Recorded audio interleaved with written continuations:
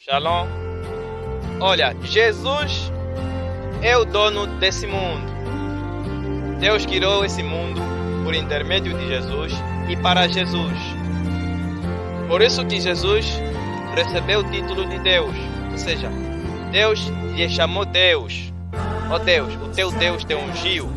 Então, Jesus foi chamado como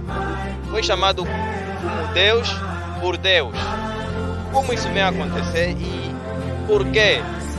Porque Deus assim quis. Ele viu que o que Jesus fez é obediência total. Não tinha que colocar Jesus numa posição mais elevada do que os seus companheiros.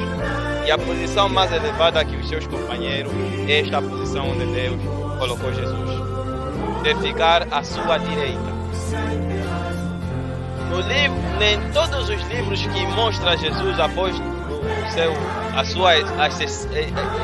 sua ascensão aos céus, Jesus está sempre ao lado direito de Deus.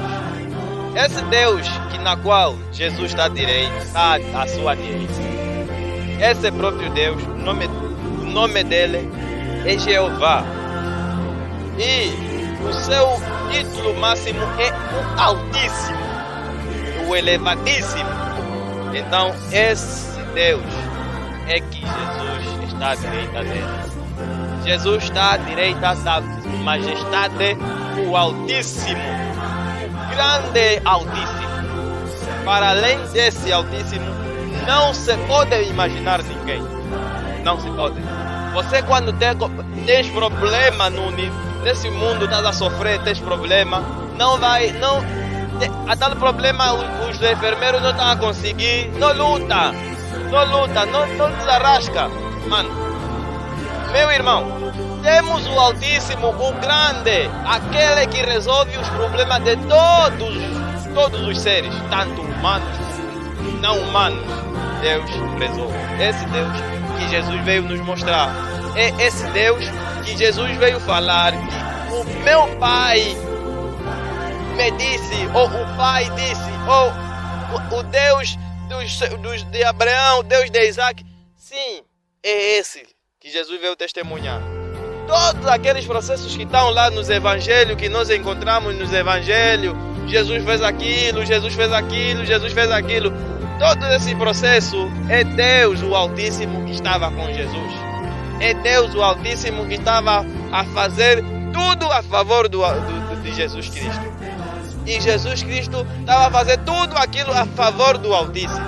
Então, todos esses trabalharam a favor do ser humano para que não se perdesse. Então, nós não temos uma escolha a não ser obedecer Jesus. Como podemos obedecer Jesus? De acordo com o registro que Jesus deixou no livro de João 14, versículo 1 adiante, nós vamos encontrar que todo aquele que não amar Jesus não guardará a palavra de Jesus. E mesmo no livro de Mateus 28, versículo 18, vamos encontrar que Jesus disse que é-me dado todo o poder dos céus e da terra. Portanto, ide, fazer discípulos de todas as nações. Todas as nações está incluída todos os países, tribos e línguas. Batizam esses discípulos em nome do Pai, do Filho e do Espírito Santo. Ensinam-os a guardar todas as coisas que vos tenho ordenado. Então Jesus deixa bem claro que todas as coisas que Ele ordenou são as coisas que devemos ser instruídos para nos guardar. Não devemos ser instruídos a guardar coisas que Jesus não deixou. Não, Jesus deve ser representado. Jesus viveu a ensinar, viveu a sua vida a ensinar as pessoas a viverem de acordo com Deus. E nós todos sabemos muito bem que quem não viver de acordo com Jesus Cristo jamais verá o reino dos céus. Ou seja, Jesus é que vai vir buscar aqueles que lhe obedecerem. Jesus virá buscar. Veja em Mateus 14, no livro de João, o verso 14, o próprio versículo 6 em diante, Jesus vai prometer que não se turbe o vosso coração. Crede em Deus, credes também em mim. Na casa de meu Pai há muitas moradas. Se não fosse assim, eu vos teria dito. Então, eu vou e vou vos preparar lugar. E quando eu for e vos preparar lugar, virei outra vez para vos buscar. E vós conheceis o caminho. Então, dessa forma, Jesus deixa bem claro que estava a prometer a busca dos seus discípulos. E vir buscar também aqueles, ao vir buscar os discípulos, vai vir buscar também aqueles que virem aprender dos discípulos, aceitarem a pregação dos seus discípulos, na qual Jesus está a deixar a promessa da busca. Aquele que rejeitar os seus discípulos, jamais Jesus virá lhe buscar. Por quê? Porque Jesus só virá buscar aqueles que aceitaram na sua mensagem. Por exemplo, todo aquele que quiser ser um soldado das Forças Armadas deve fazer um curso, ou deve passar numa instrução, deve passar numa formação de militares. Não sei como é que é esse processo, mas qualquer uma pessoa sabe que para ser um soldado militar das Forças Armadas deve-se passar no recrutamento. E esse recrutamento vai durar por um certo tempo, até que seja avaliado se é aprovado ou não. Então, todo aquele que for soldado de Jesus, todo aquele que for discípulo de Jesus, todo aquele que quer ser salvo, deve passar no processo de reeducação moral, de reeducação. O modo de viver, o modo de estar, o modo de pensar, o modo de sentir, o modo de olhar, o modo de tocar, o modo de fazer as coisas, deve fazer recrutamento, deve passar no recrutamento. Por quê? Porque Jesus veio aqui para dar a salvação. A salvação é esta, que todo homem deve ser modificado, tirado, despido o antigo Adão, que isso é, Adão desobediente a Deus, para colocar novo Adão, revestir-se do novo Adão, que é o Adão, que é o filho da obediência.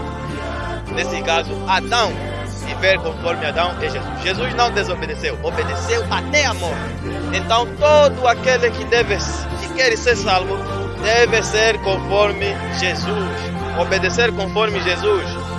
Tudo aquilo que Jesus ensinou são as coisas necessárias para nós nos tornarmos o novo Adão. Se nós não pensarmos, se nós não aceitarmos esse novo Adão, não haverá mais quem vai nos salvar. No mundo inteiro não existe nenhuma outra ciência, nenhum outro conhecimento, nenhuma outra doutrina, nenhuma outra igreja que vai salvar uma pessoa. Nenhuma igreja. Nenhuma. Só Jesus Cristo. Em Atos 4, versículo 12, está bem claro que Jesus é o nome, é a única pessoa dada ao mundo para ser salvo todo aquele que crê. Não tem todos esses processos religiosos, isso tudo são coisas só para nos atrapalhar a memória. O verdadeiro caminho para a salvação está nas Escrituras Sagradas. Aquele Jesus, a que as pessoas crucificaram, que rejeitaram os seus ensinamentos, aquele que os fariseus não queriam que a pregação dele fosse a lei. São mesmo esses fariseus que fizeram com que até hoje a doutrina de Jesus não tenha peso na sociedade. Veja os muçulmanos. Os muçulmanos, o Alcorão, aquele que Muhammad, o seu profeta, pregou, até hoje estão a ser considerados. Mas Jesus, o dono da salvação, jamais está a ser pregado. No lugar de Jesus, colocaram as doutrinas. Você vai na igreja X e encontra a doutrina da própria igreja. Vai na igreja X e encontra a doutrina da própria igreja. Paramos com isso, vamos chegar até ao mestre. Porque nós todos estamos a dizer que somos cristãos. Mas ser cristão é como? É ser semelhante a Cristo. Ser ou viver de acordo com Ele. É ser cristão. Por isso que é cristão. Por isso que vê os muçulmanos seguem Muhammad. Porque esse profeta é que eles se baseiam que na fé desse profeta vamos ter galardão. Então eles todos são um. Não tem diferença, não tem separatismo.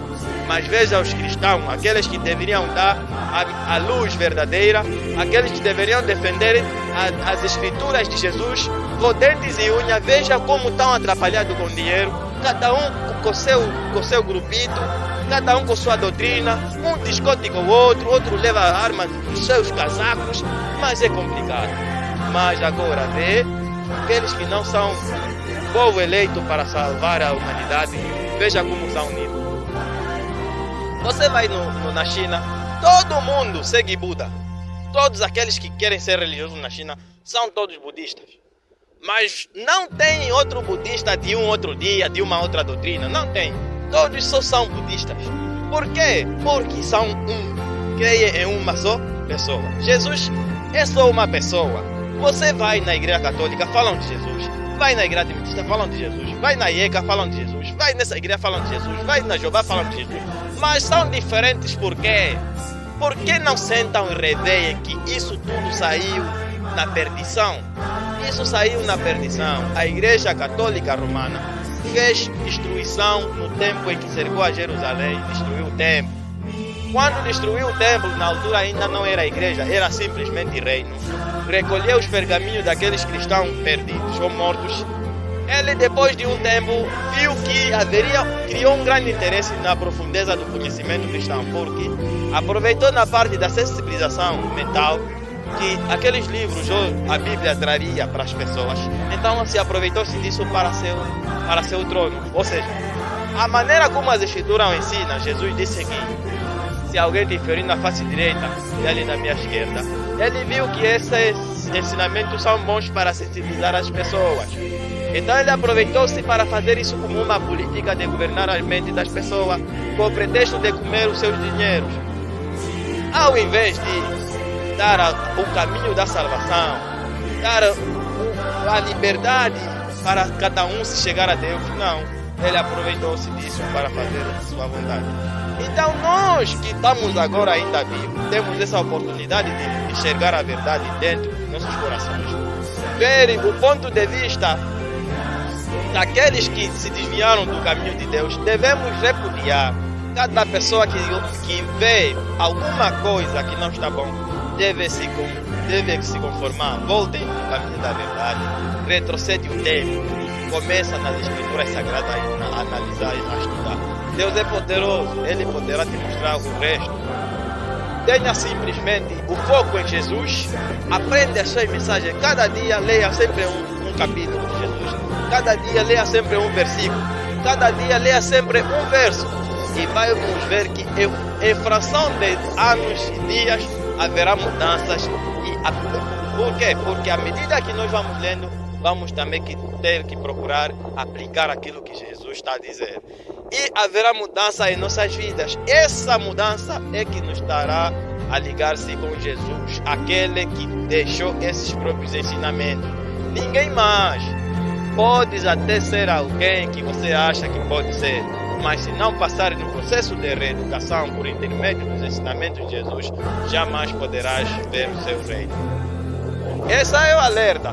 Do resto, tudo quanto faltar, Deus poderá crescer.